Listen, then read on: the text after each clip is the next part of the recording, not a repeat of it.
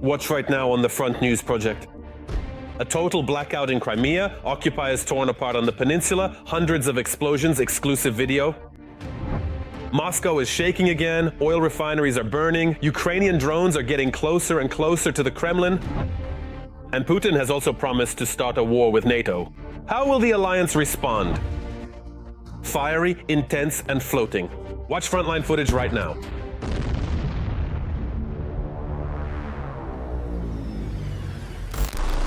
Greetings, Vladimir Timoshenko here, and we're starting right away with the main topic. Sevastopol is without electricity. Frightened Crimea is ours. Supporters are fleeing from a Crimea that is almost cut off from Russia. The peninsula is facing enormous problems with fuel and now obvious issues with food supplies. The latest information about what's happening there is coming up in our report. Perhaps Crimea has returned to its home harbor, but there are some nuances. Everything has gone quiet here. There is no buzzing, no internet, and absolutely no cell service. Lecturers, people have switched to riding horses and bicycles. There is no gasoline, no electricity, and no running water. Friends, we've made it to Crimea. We're already about halfway through our journey across Crimea. There's no gasoline here. There were explosions and fires all night. We spent the night here. And now there's a dilemma. To go or not to go? Or should we stay here, go back to Yalta and return? Amid constant attacks in the USSR and an energy and fuel crisis, residents of the peninsula have begun to complain en masse about the situation. Under the official posts of the heads of the annexed peninsula, Aksyonov and Razvozhayev, locals and visitors are leaving dozens of comments. For example, it's almost impossible to get to where you need to go by public transport. The trolley buses have been horribly overcrowded for a week now.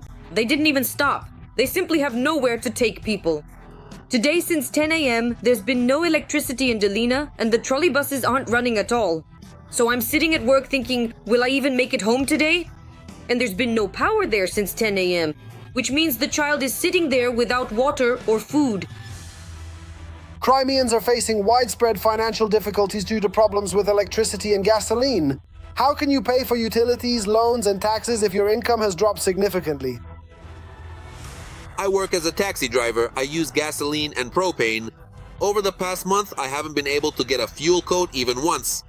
Once a week, I manage to fill up a propane gas cylinder and work a little. A cylinder lasts at most for 14 to 16 hours of work. The rest of the time, I'm forced to sit at home without work. But no one has canceled utility payments, rent, or taxes. Not to mention, I still have to buy food. How am I supposed to work? How am I supposed to support my family? A resident of Crimea. The tourist flow to Crimea has dropped significantly. According to independent sources, housing bookings have decreased by almost 60% compared to 2025. Even slashing prices isn't helping local landlords. I rent out an apartment in Crimea and have just cut my prices in half. Instead of 8,000, it's now 4,000. And on top of that, all my bookings for the coming month have been completely cancelled. It looks like the tourist season on the occupied peninsula has completely collapsed. Most people who wanted to vacation in Crimea are refusing to go there. And those who are already on the peninsula don't know how to get out. Several Russian citizens came who had traveled to Crimea for vacation. Now they urgently need to leave. With the resources they have, they can't find enough gasoline for all their cars. They asked this family to look after 3 of their cars until they have a chance to take them out. They managed to find money and gasoline for just 1 car. These are some astronomical amounts. In Sevastopol, at one of the kindergartens that remained open, the children were fed breakfast and lunch with military rations. Most of the stores in the city are closed. Since this morning, everything here has been running on generators. Now I'll show you the overall situation. One of the new rules is that now we hang out everywhere until 8 p.m. This is how things don't work. Here too, nothing is working. Right now, the most difficult situation is, of course, in Sevastopol. There are many more outages have been recorded than in the other cities of Crimea. And there, of course, people are getting frustrated. In Yalta, there is no gasoline at all. It's not being sold, not with coupons, not even 20 liters. There's absolutely no way to fill up. Today, the power was cut off for 4 hours. This is what the beach looks like in the village of Orjonikidze near Feodosia. This beach used to be packed. It was crowded with tourists. The season is really in full swing. There are so many people on the beach you couldn't even drop an apple. My clouds don't grow here. The president of Ukraine has stated directly that what is happening on the occupied peninsula is part of a clear plan. And such pressure from Ukraine will force Putin to sit down at the negotiating table. Our operation, particularly regarding Crimea, is carefully calculated. And the way the operation is continuing absolutely proves it. Is it exactly what we discussed with our partners? Within the framework of the G7, Ukraine will have, and this depends on the decisions of our partners, we will promptly create conditions in which Russia will be forced to choose peace. Volodymyr Zelensky, President of Ukraine. And it seems that on the peninsula, even without the president of Ukraine, everyone already understands everything. So Russians, Crimea does not belong to whoever's flag is in Crimea, but to whoever controls it. So now Ukraine is starting to regain control over Crimea. Well then, now it's time to analyze the operational situation on the Pokrovsk front. Fierce battles continue. In the Pokrovsk direction, our defenders repelled 32 enemy assaults in the areas of the settlements of Sukhetskaya, Novoalexandrovka, Grishina, Kotlina, Dorozhnaya, Rodinskaya, Udachnaya, Novopodgorodnaya, and Filia, and towards the settlements of Beletskaya, Shevchenko, Sergeyevka, and Novopavlovka. And now attention. This week, military facilities in Moscow were also subjected to a massive UAV attack. According to a statement from Moscow Mayor Sergei Sobyanin, from 3 a.m. to 10 a.m. on June 22nd, 80 drones were shot down as they approached the city. Flight restrictions were imposed at Sheremetyevo Airport. Vnukovo and Domodedovo were receiving and dispatching flights by special coordination, according to Rosaviatsia. Aeroflot announced schedule adjustments and the cancellation of several flights. In short, the war has come home closer to the Kremlin. Here are the details. A record number of drones over Moscow. And Putin, it seems, is already starting to get scared.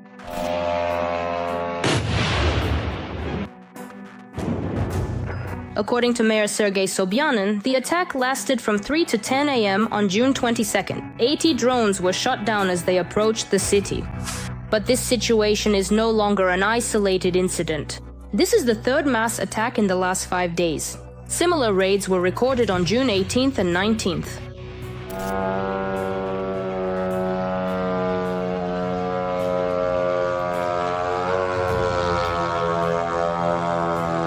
Due to the morning activity of unidentified drones, Moscow airports once again had to adjust their schedules and cancel a number of flights.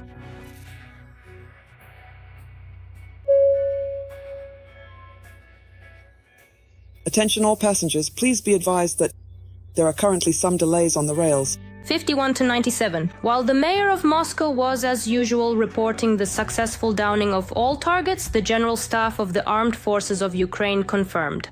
The Dubna Space Communications Center in the Moscow region was hit, and currently large-scale smoke is being observed there. Essentially, the largest space teleport in Russia was struck, which directly controls the Kremlin's military satellite group, and provides secure channels for government special communications. At this time, the Russian authorities are not commenting on the results of the Ukrainian drone attacks, but videos will appear with objective evidence of the Ukrainian UAV strike and the complete failure of the Russian SSR. At first, Ukraine's defense forces were probing the capabilities of Russian air defense. And now we are talking about a comprehensive nature of the attacks on Moscow and the region. Meanwhile, some Russians on social media are already making ironic comments. Supposedly, the Moscow region is not Moscow and it's still far from the capital. But in reality, the authorities are tightening security measures and air defense systems are being installed right above people's heads. There's an air defense system on the bridge, which is right there on wheels. They've closed the road to the bridge. Here, a gardener is standing guard. Basically, it's standing up there. They've closed off the whole bridge so it can stand there and protect us. But how much this air defense system actually protects Muscovites is still unclear. After all, it's set up near the Moscow oil refinery and a shopping center. But no matter how many UAVs fly toward the capital, one thing is important. Putin is already starting to get scared and is preparing for more. this is first and foremost the reaction of the Russian dictator himself. I should note that after the events of May 9th, specifically the president's decision to allow the parade on Red Square, the Russian dictator loudly declared that a fourth ring is being created around Moscow and the Moscow region, an air defense system that will supposedly eliminate any possibility, not even a theoretical possibility, of a strike by Ukrainian drones on legitimate military targets in Moscow and the Moscow region. The Russian air defense turned out to be completely ineffective. Another important point. So, Moscow may not be the only target. As reported, when additional defense systems are brought into the capital, protection in other regions from where these systems are taken may become weaker. This is exactly what the Ukrainian side took advantage of, specifically the fears of the Russian dictator, to create 4 rings of air defense around Moscow and the Moscow region. Russia was forced to pull all available systems, even from the defense of St. Petersburg and the Leningrad region. And we saw spectacular strikes on the port infrastructure of the Leningrad region, Ust-Luga, Primorsk, and accordingly, the destruction of the oil refinery in Kirishi. But is the situation really becoming so dire that the air defenses already in the capital can't save Putin? Ukrainian drones are equipped with Starlinks, and this makes them practically invulnerable to the Russian air defense system. Secondly, the Russian air defense system is absolutely imperfect. Even the strike by the Panzer S-1 anti-aircraft missile system on an oil refinery in Moscow became a vivid demonstration that the declared tactical and technical specifications do not match reality. In the near future, the Russian aerospace forces will face the issue that there will be nothing left to shoot down Ukrainian drones with. But the most important announcement comes from the mayor of Moscow himself, who warned Russians on his Telegram channel that Moscow will burn. Do they really know something? In a nervous attempt to protect his own life and the Kremlin, Putin is urgently pulling the remaining air defense systems from all over the country to Moscow. The Russian dictator couldn't care less that, for the sake of his bunker's security, other regions of Russia are left completely exposed and defenseless, ahead of new strikes. But will this save Moscow itself from inevitable retribution? And should Russians expect a truly hot summer in the coming months? There is already pressure from the Ukrainian side, as well as improvements in the tactical and technical characteristics of strike systems up to 3,000 kilometers. And that covers practically the entire territory of the Russian Federation. And most importantly, the Ukrainian side has scaled up strikes on the occupier's territory using up to 300 drone hedgehogs. Accordingly, the Russian Federation is in for a hot summer, both literally and figuratively. Meanwhile, Ukrainian flamingos flew into Voronezh. A military factory is on fire which produces parts for Russian missiles and air defense systems. And this is just the beginning. In short, the drones were not shot down. That's bad. That's the factory where my brother used to work. And now we move to the Constantinoka direction of the front. Let's be honest, this is yet another sacred target for Putin and his entire pack. Accordingly, the situation here is extremely tense. In the Constantinoka direction, the enemy carried out 19 attacks near the settlements of Ivanopole, Ilyinovka, and towards Constantinoka. In the Slavajansk direction, the enemy launched 19 assaults near Zakotnoy, Reznikovka, Kolenikov, and towards the area of Alexandrovka and Krivaya Luka. And now about yet another act of genocide by Putin's Russia against peaceful Ukrainians. 3 people were killed and another 10 were wounded. That's what the night was like in Zaporizhzhia. The regional center, the Russians once again terrorized with Shahids. This time they targeted residents of the private sector. One of the enemy drones crashed into a house. A woman was killed there and an entire family was injured. Explosions echoed throughout the city until morning. Homes and non-residential buildings were burning. KTSN correspondent Daria Nazarova will tell us about the consequences of the night terror. Around 2 o'clock in the morning, the first explosion sounded in the city. A Shahed crashed into a private house. It burst into flames instantly. The strike hit my uncle's house. I ran over quickly. I made sure my uncle was safe and alive. My aunt was also injured. She is currently in the ambulance. Dimitri's aunt was carried out of the burning house by her husband. Paramedics continued to fight for her life. The woman suffered shrapnel wounds. The owner of the house himself was also miraculously saved. People climbed out through the windows. Everything was jammed shut. 2 doors. Well, I carried my wife out. The Russian Shahed also turned this house into complete ruins. In the early morning, an enemy drone took the life of a woman. The woman died. The woman died and the man, they are all in the hospital now. There is a boy alive and the woman was on crutches. Apparently she was visiting them because she didn't live here. Alexei lives across the street. He says he was at home at the moment of impact. After the explosion, I ran out into the yard and saw flames. Everything happened instantly. I didn't even have time to get scared. The house was damaged by the shockwave.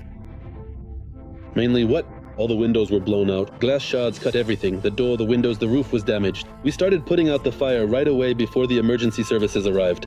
The epicenter was right at the table. And a little bit over here, we started putting out the fire ourselves at first. At 7 a.m., the occupiers struck the city again. This time, an enemy drone flew into a non-residential building. Rescuers extinguished the fire. To this day, utility services are still working at the impact sites. People are being helped to board up their windows with chipboard sheets. Zaporizhzhia residents who have been left homeless are being promised shelter at a transit center.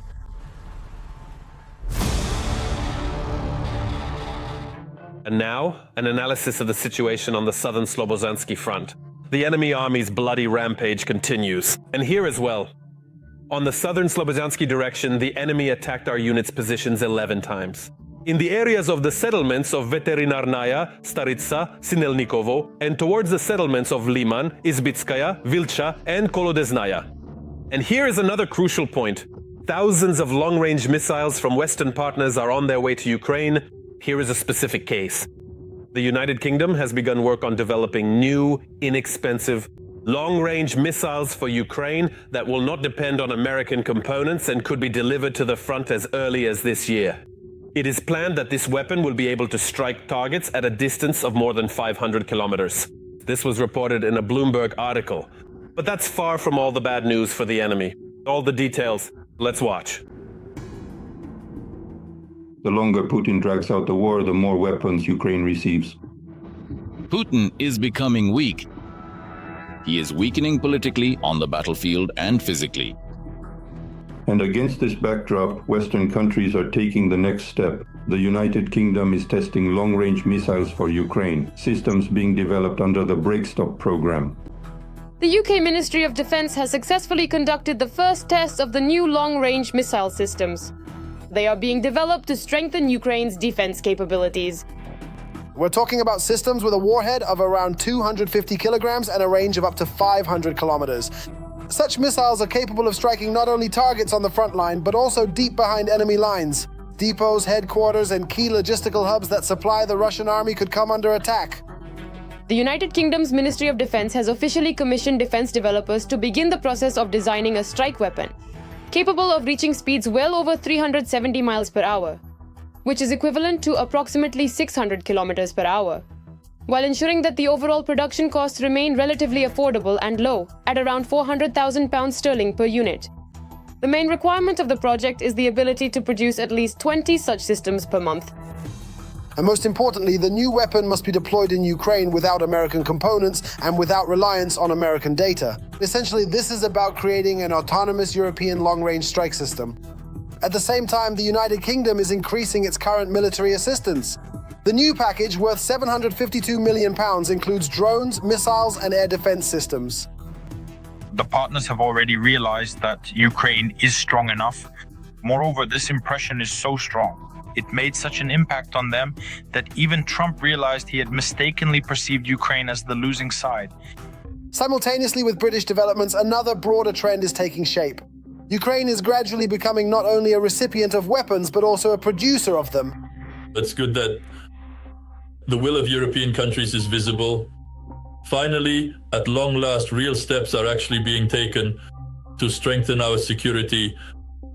The G7 countries and the US have agreed on a licensing mechanism that will allow the production of Western weapons to be launched in Ukraine. And this is no longer just about defense. Ukraine will be able to produce not only air defense systems, but also long-range strike weapons, including missiles. In the first place, we are counting on our own strength, on our own defense industry. We hope that we will produce our own anti-ballistic systems and our own ballistic missiles. We will produce them, and when it comes to drones, we will only continue to expand our production capabilities and so on. This is key. In addition, the Netherlands has announced its readiness to finance the supply of about 700 cruise missiles. Ruta and Germany and Ukraine have signed a contract for the supply of 600 anti-aircraft missiles for air defense systems. Europeans do not want to fight the Russian Federation with their own hands. That is why the more they beat the Russian Federation with Ukraine's hands, the better it is for them. Today, Ukraine is gradually changing its role. It is no longer just a country that receives weapons. It is becoming a country where these weapons are produced. And external support is shifting from one-time deliveries to the ongoing production of weapons for the armed forces of Ukraine.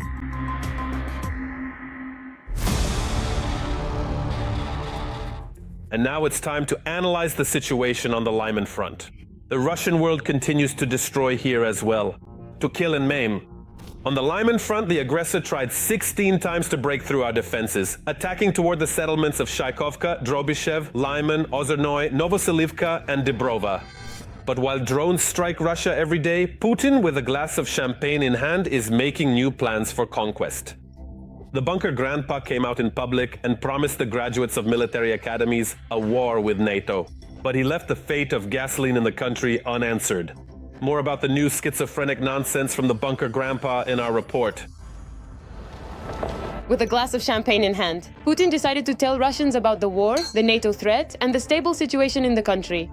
Happy holiday. While there is a fuel shortage in Crimea, drones are hitting Russian oil refineries and the economy is choking.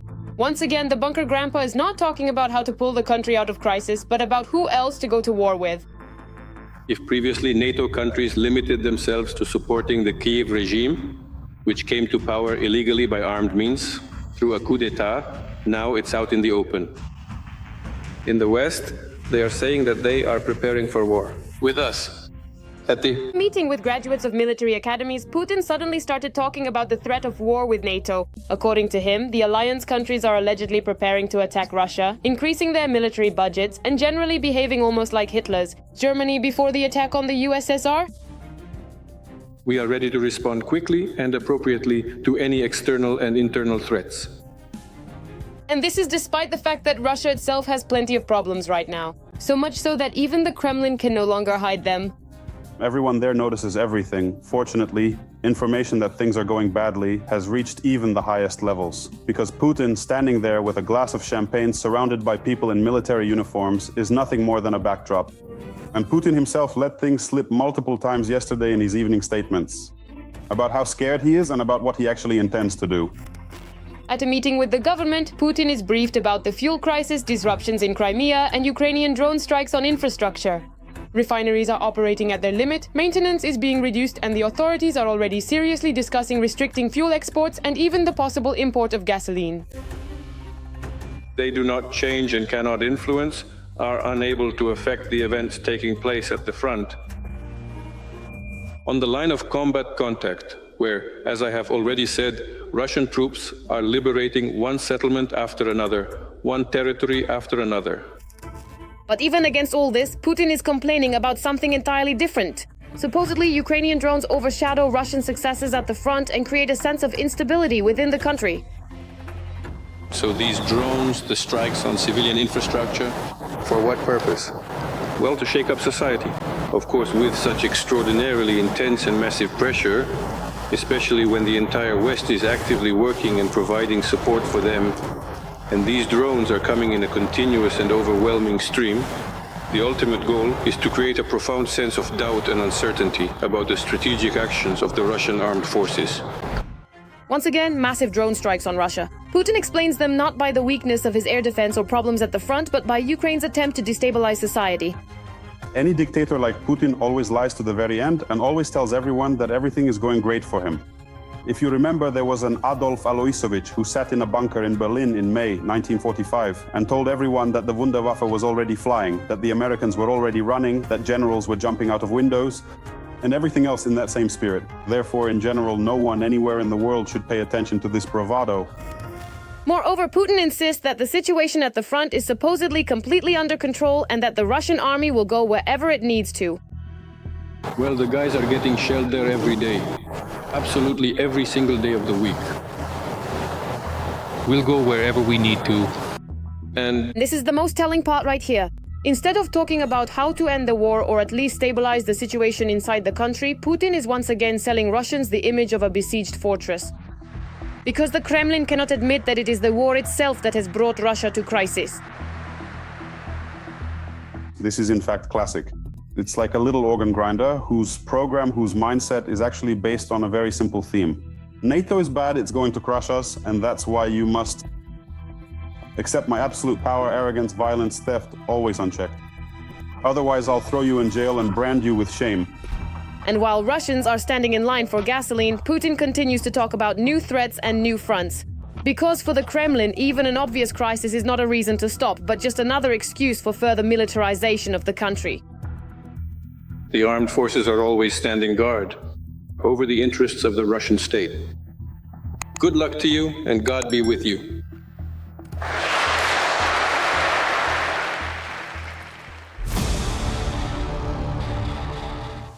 That's all for today, but very soon on the Front News program, new unique materials from our journalists in the hottest spots of the war, obtained so that you know the truth.